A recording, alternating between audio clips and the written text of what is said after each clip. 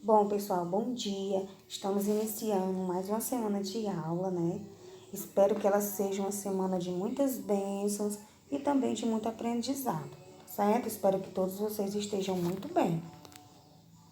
E o nosso assunto hoje é identificar o efeito de sentido decorrente do uso da pontuação e de outras notações. Então, vamos lá.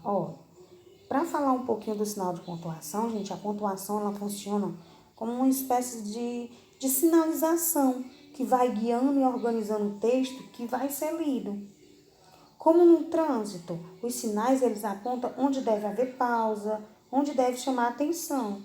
Se mesmo com a sinalização o trânsito na cidade já é complicado, vocês imaginam sem, hein?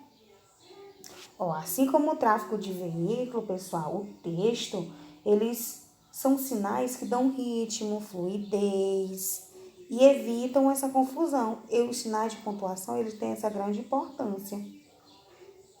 Porque imagine, um texto mal pontuado, muitas vezes se torna quase impossível de compreender.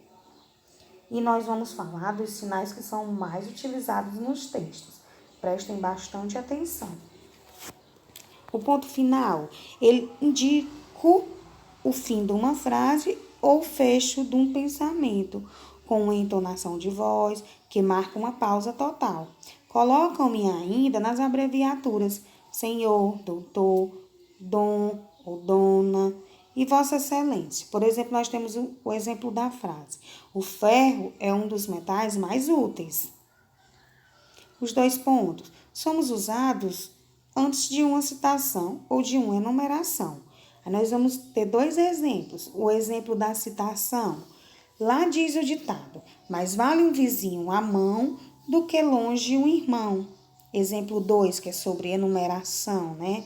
Os principais deveres do homem para consigo são conservar-se, instruir-se e melhorar-se. Ponto e vírgula. Usam-me para separar as orações coordenadas. Obrigo a uma pausa, mas não o término da frase.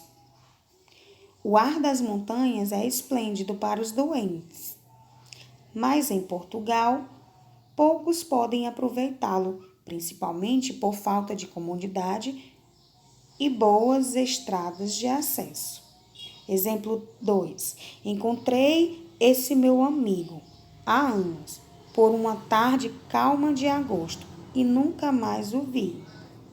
A vírgula separa os elementos da frase, marca uma pequena pausa.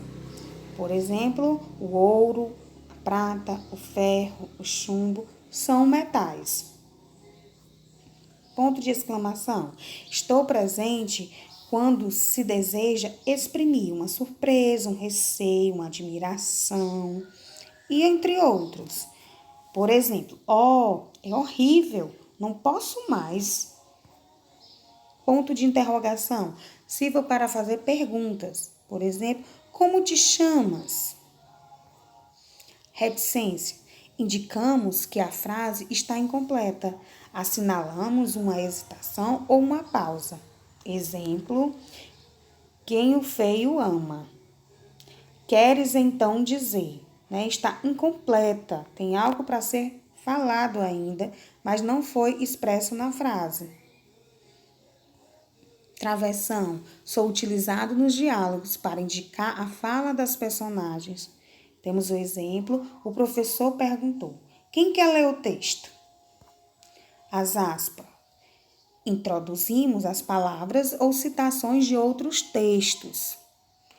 Exemplo, diz-me com quem andas e dir-te-ei as manhas que tens. Disse Camões. Parênteses.